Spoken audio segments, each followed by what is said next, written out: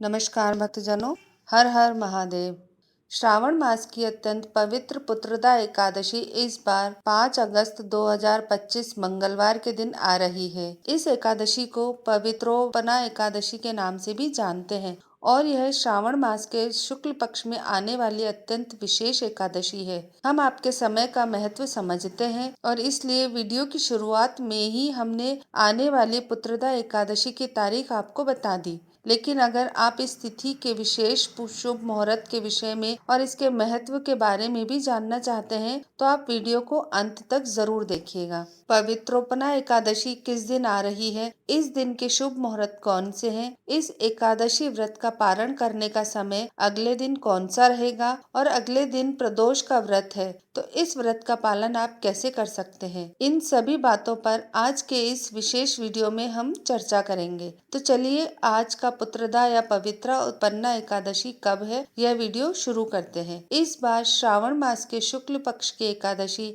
जिसे श्रावण पुत्रदा एकादशी कहते हैं वह आ रही है 5 अगस्त 2025 मंगलवार के दिन। एकादशी तिथि का आरंभ हो जाएगा 4 अगस्त 2025 सोमवार के दिन दोपहर में 11:41 से और यह एकादशी तिथि पूर्ण होगी 5 अगस्त 2025 मंगलवार के दिन दोपहर 1:12 पर। इसलिए उदया तिथि के अनुसार हम एकादशी का पालन करेंगे 5 अगस्त 2025 मंगलवार के दिन और इस बार की एकादशी में दोपहर तक एकादशी तिथि विद्यमान है और उसके बाद द्वादशी तिथि आरंभ हो जाएगी। एकादशी के दिन प्रातः ब्रह्म मुहूर्त का समय रहेगा सुबह 4:20 से लेकर 5:02 के बीच में और सूर्योदय होगा सुबह 5:45 पर। शाम को सूर्यास्त का समय रहेगा शाम 7:09 पर। प्रातः काल में भगवान श्री विष्णु की पूजा अर्चना आप कर सकते हैं सुबह 4:41 से लेकर 5:45 के बीच में और संध्या काल में भगवान श्री हरि की पूजा करने का समय रहेगा शाम 7:09 से लेकर 8:13 तक। इस दिन विशेष रवि योग भी बन रहा है जो कि सुबह 5:45 से आरंभ हो जाएगा और 11:23 तक दोपहर में रहेगा। इस दिन अभिजीत मुहूर्त का समय है दोपहर 12 बजे से लेकर 12:54 तक और विजय का मुहूर्त समय है दोपहर 2:41 से लेकर 3:35 के बीच में। इस दिन राहु काल उसके बाद शुरू होगा और वह समय है 3:48 से लेकर 5:29 के बीच में। ध्यान रहे इस समय के बीच में आप कोई भी शुभ कार्य ना करें। इस एकादशी व्रत का पारण हम करेंगे अगले दिन यानी कि 6 अगस्त 2025 बुधवार के दिन और पारण करने का समय रहेगा सुबह 5:47 से लेकर 10:17 के बीच में। इस बार आने वाली एकादशी महत्वपूर्ण इसलिए भी है क्योंकि ये श्रावण मास की दूसरी एकादशी है और चातुर्मास के अत्यंत पवित्र समय में आती है। इस समय में किया गया कोई भी धार्मिक कार्य, जप, तप और दान उस व्यक्ति को अनेक गुना अधिक फल प्रदान करता है।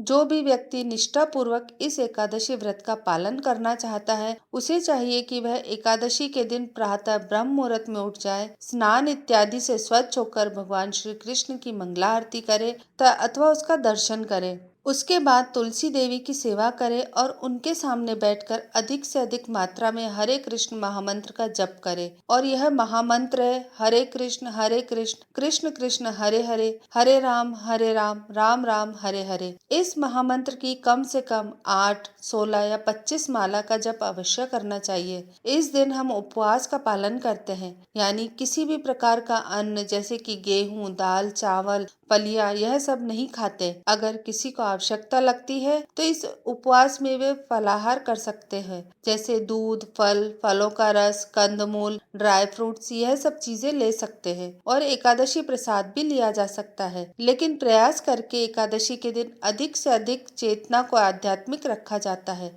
और उसके लिए हम अधिक से अधिक हरे कृष्ण महामंत्र का जप करते हैं, भगवत गीता या श्रीमद् भागवत का पठन करते हैं और ज्यादा से ज्यादा भगवान की कथाओं का श्रवण करते हैं। ऐसी कथाएं जो प्रमाण गुरु परंपरा के माध्यम से एक प्रामाणिक गुरु के मुख से सुनी गई हों और फिर अगले दिन एकादशी व्रत का निर्धारित समय के अंदर पारण करना चाहिए। पारण करने से पहले भगवान से प्रार्थना करनी चाहिए। अगर संभव है तो किसी ब्राह्मण या वैष्णव को भोजन कराना चाहिए और अपनी क्षमता अनुसार दान देना चाहिए। अगर भोजन नहीं करा सकते तो कम से कम दान अवश्य देना चाहिए। इस व्रत की महिमा का गान करना असंभव है। यह एक ऐसा व्रत है जिसके नियम पूर्वक पालन करने से बाकी सभी व्रतों और उपवासों का फल अपने आप मिल जाता है। इस बार आने वाली यह विशेष एकादशी के दिन से ही राधा और कृष्ण के झूलन यात्रा का भी आरंभ हो जाएगा, तो आप वहां जाकर भगवान के सुंदर विग्रहों का दर्शन कर सकते हैं, उन्हें झूला झूला सकते हैं और अगर संभव है तो वहां पर कुछ भी सेवा कर सकते हैं, चाहे वह आर्थिक रूप से हो या फिर जाकर शारीरिक रूप से की गई सेवा। झूलन यात्रा 5 दिन तक चलती है और यह पूर्णिमा के दिन समाप्त होती है। पूर्णिमा जिसे रक्षाबंधन भी कहते हैं और यह बलराम जी का आविर्भाव दिवस भी है। इस बार जो एकादशी आ रही है उस एकादशी के दिन मंगला गौरी का व्रत भी रखा जाएगा, जो कि श्रावण मास में प्रत्येक मंगलवार के दिन रखा जाता है। तो अगर आपका मंगला गौरी का भी व्रत है तो भी आप इस दिन एकादशी व्रत का पालन कर सकते हैं। अगर आपका मंगला गौरी का व्रत है तो उसकी भी पूजा विधि विधान सारा आप प्रातः काल में कर सकते हैं और उसके साथ ही एकादशी की पूजा भी कर सकते हैं। इस प्रकार से आप दोनों पर्व और दोनों उपवास का पालन कर सकते हैं। अब प्रश्न आता है कि अगर अगले दिन भी आपका प्रदोष का व्रत है तो फिर एकादशी का पारण कैसे करें। तो देखिए, द्वादशी के दिन प्रातः काल में उठकर आप सारे विधि विधान से पारण की विधि संपन्न कीजिए और जब आपका पारण करने का समय आता है उस समय में आप भगवान शिव से प्रार्थना करके भगवान को अर्पित चावल का सिर्फ एक दाना लेकर अपना पारण कर सकते हैं। ऐसा करने से आपका एकादशी व्रत का पारण भी हो जाएगा और आपका प्रदोष व्रत भी नहीं भंग होगा। तो इस प्रकार से आप एकादशी व्रत का पूरा पालन करने के बाद अगले दिन उसका पारण भी करें और उस दिन आप प्रदोष का व्रत रख रहे हैं तो उस प्रदोष व्रत का भी पालन कर सकते हैं। भक्तजनों, इस आने वाली एकादशी की पौराणिक कथा को सुनने के लिए आप हमारे चैनल को सब्सक्राइब कर लीजिए। अब हम आपसे मिलेंगे इस एकादशी की पौराणिक कथा को लेकर। आपको हमारा वीडियो कैसा लगा आप हमें नीचे कमेंट्स करके बताइएगा। आपको अगर वीडियो अच्छा लगा हो तो इसे आप लाइक करिएगा, इसे अपने परिवार और मित्रों के साथ भी शेयर करिएगा और हमारे चैनल को सब्सक्राइब जरूर करिएगा। धन्यवाद।